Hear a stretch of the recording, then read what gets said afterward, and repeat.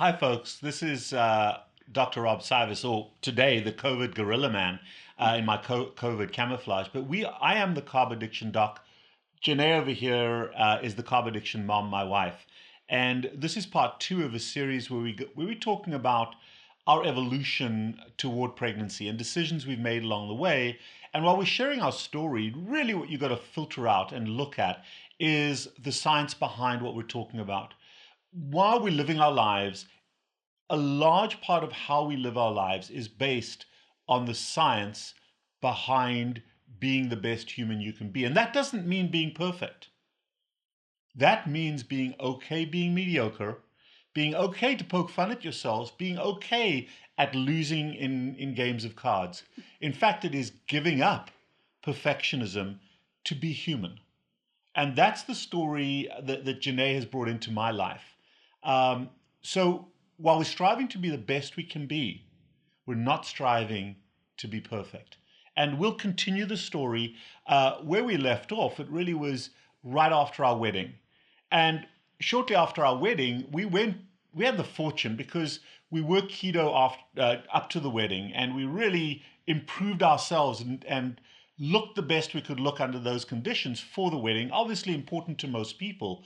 And for us, it was just a success story. Obviously for Janae, perfection in terms of what she could provide. Not perfect, but as good as she could possibly be. And then we had the luxury of being invited to Greece to have our honeymoon on an island in Greece.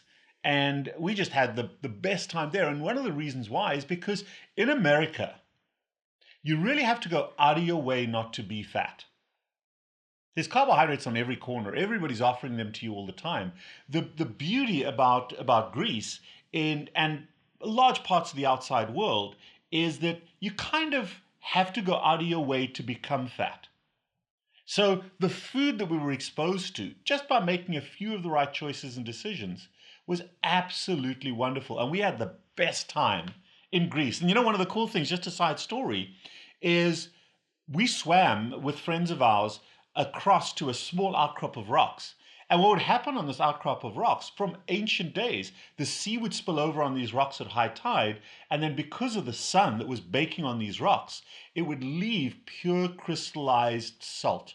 And of course, the salt is contaminated with the microplastics and all that kind of nonsense, but it's still pretty darn pure stuff. And we brought that home with us, and we've incorporated that salt together with some of the mine salts, the real salt out there, which is just so wonderful from Utah. I'd urge you to look at that. But we've mixed that in, and we've also mixed in some iodized salt. So we have the best salt for our bodies. But it was just a little gift from good friends of ours who shared that trip with us. And we just had the best honeymoon.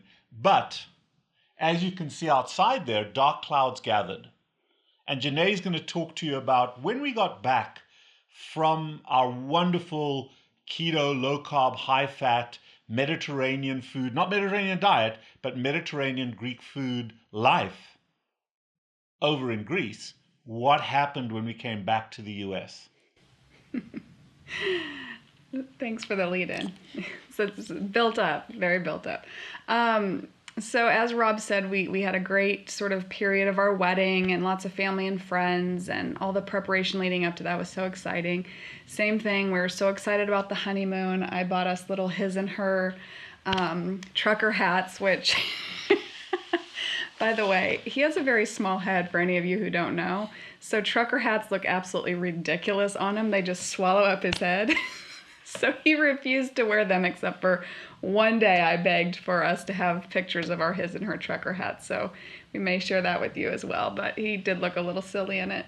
Anyway, great honeymoon, like you said, wonderful time, beautiful place, wonderful people. And when we got back, after sort of this lots of months of preparation leading up to the wedding and the honeymoon.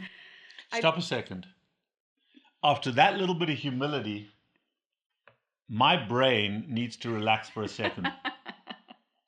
I gave him As those of you that know, this is my bridge, and I just needed to settle that little emotive moment of my small head and the hat. Okay. I gave him a little stress with that story. Mind cleansing moment. Let's move on. After we got back, as Rob said, I discovered a little thing called peanut butter M&Ms.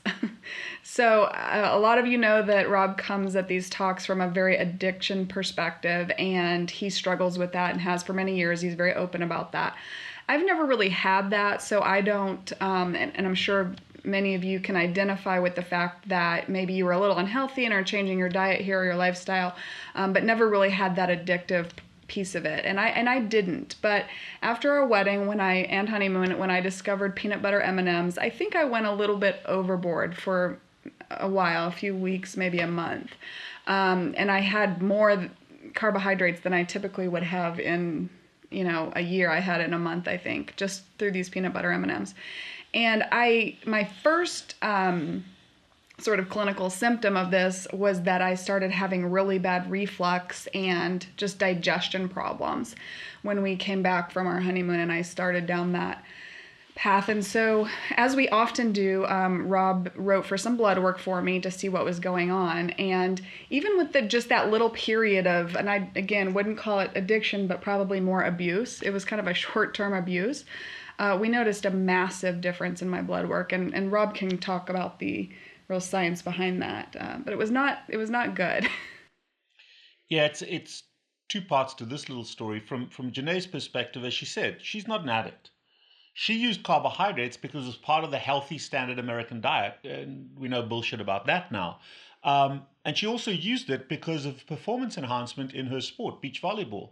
So once she educated herself and she was able to move away from that, she understood the benefits. And she's very good at creating reasonable structure, not excessive structure, but reasonable structure so that she can live her life the way she chooses to lead it within that structured environment. And when she came back, she gave herself permission to have some M&M, some peanut butter M&Ms, and it kind of expanded to that. A little bit of bread here, a little bit of this there. So it grew some, but as she said, she's not an addict. So it's a little bit like somebody who maybe drinks a little bit too much on any given day. They're certainly not an alcoholic. That's abuse. And the difference between abuse and addiction is that abuse does really not cause major harm. And when you recognize that you've started an abusive relationship, you can turn that back very quickly. So one of the things I did when I saw Janae doing this is I said, okay, let's just check your blood work, because we've done blood work a few times. And man, her blood work, as you'll see in another episode, is absolutely magnificent in terms of insulin resistance. And it's amazing how quickly, in the course of literally 2 or 3 weeks, her blood sugar was fine, but her insulin went up. Her C-peptide went up. In other words, her pancreas was having to work a little harder to cope with the crystal meth she was putting in her mouth. And we saw a shift toward a degree of insulin resistance. We saw some fatty liver occurring, and that can occur very, very quickly with carbohydrate consumption. We also saw her triglycerides going up.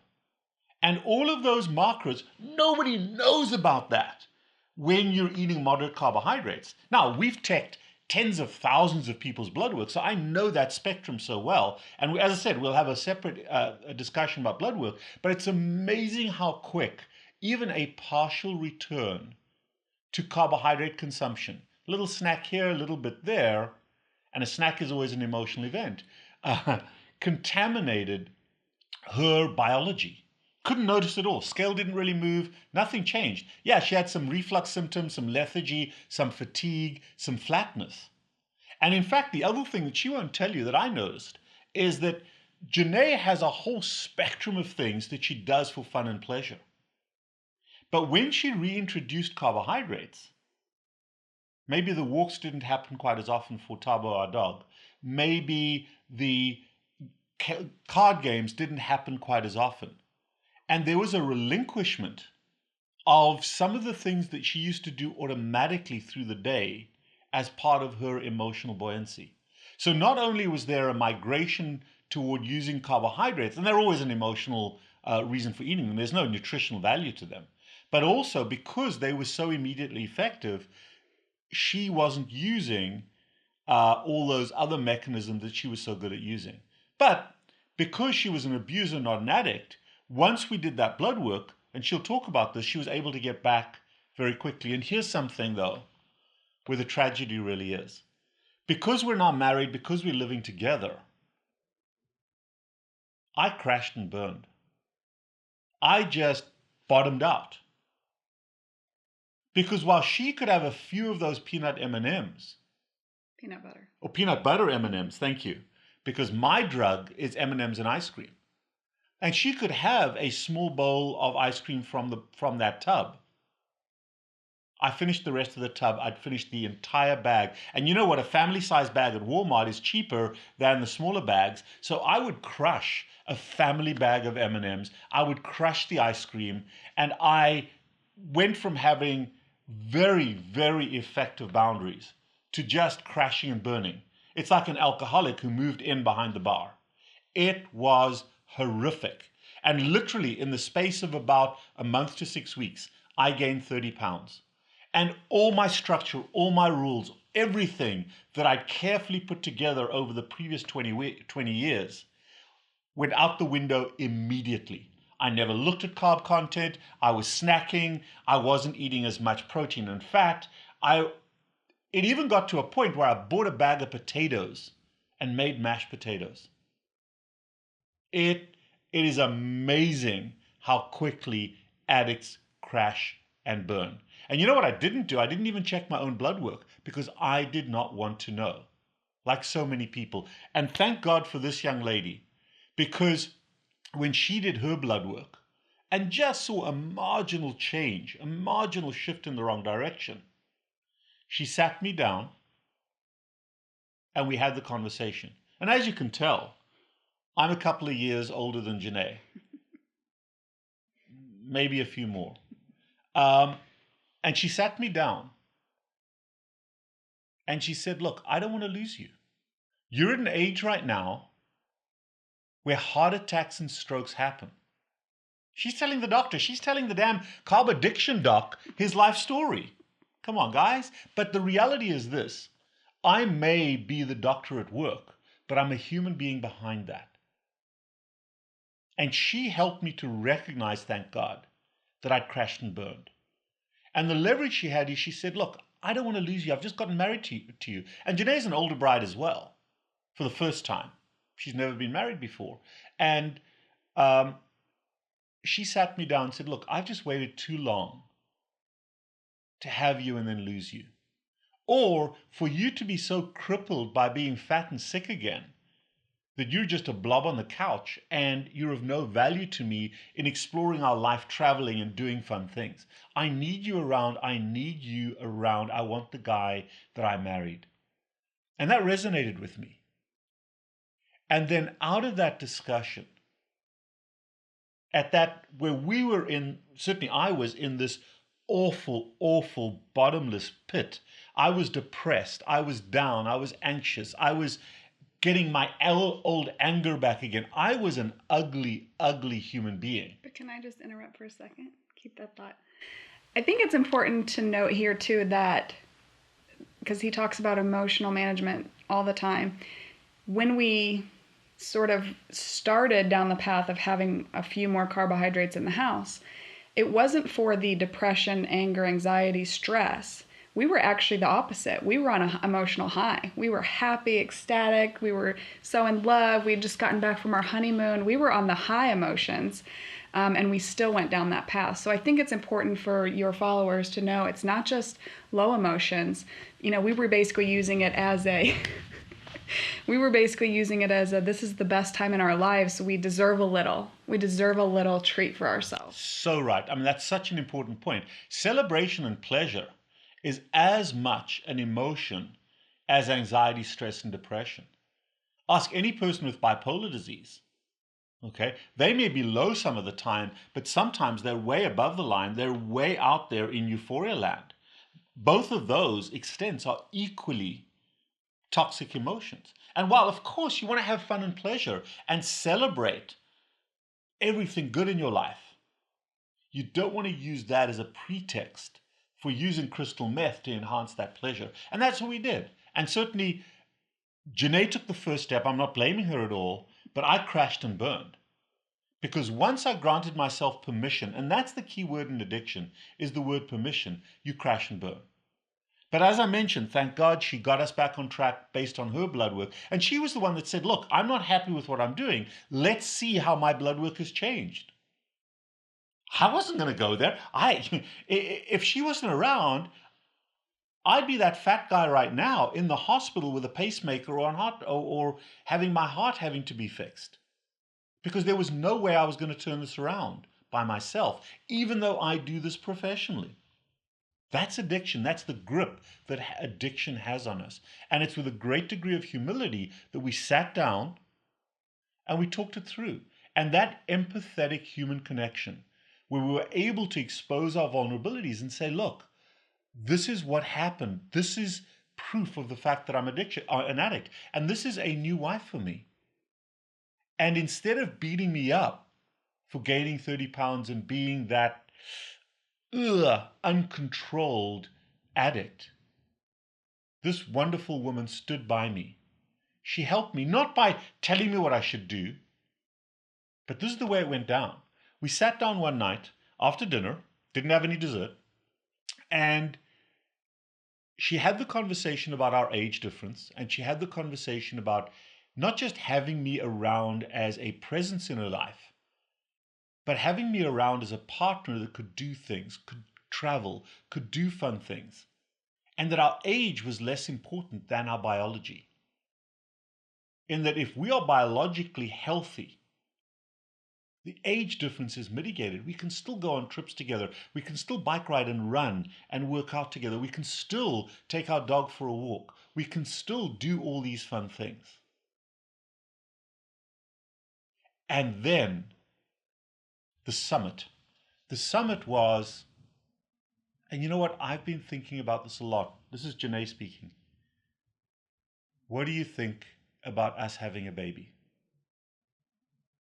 And it was that night where not only did she make me aware of how bad I had crashed and burned, because we addicts are so good at not seeing. We rationalize, we trivialize, we minimize. What are the other words? Justify, validate, to the point that we're not even in trouble. She knows those so well, and she knows how to trigger me when I'm thinking about doing something wrong. But she sat me down and said, look, I need you to try to be a dad because I'd like to have a baby, and I'd like us to have a baby. And that was where this next journey started, from that night. I think it's important to say my exact words were, look, the honeymoon is over. And we say that kind of jokingly, as you've heard that many times before. But I basically said, the honeymoon is over, and we need to get our lives back on track. And as part of that journey, she'd heard me talk, because I am a pediatric surgeon, so we deal with a lot of children. We deal with diabetic kids. We work with obese kids and families. So she's heard me give that counseling so often to pregnant mothers with or moms trying to get pregnant with PCOS, to moms with gestational diabetes while they're pregnant, to early children avoiding autism, which we'll talk about in subsequent episodes. But she'd heard me talk to so many people about this, and she said, now it's our turn. I've always wanted to have a baby. I've never had the man to have that with. And what do you think? And in order to have that thought, the thought had to go to us first.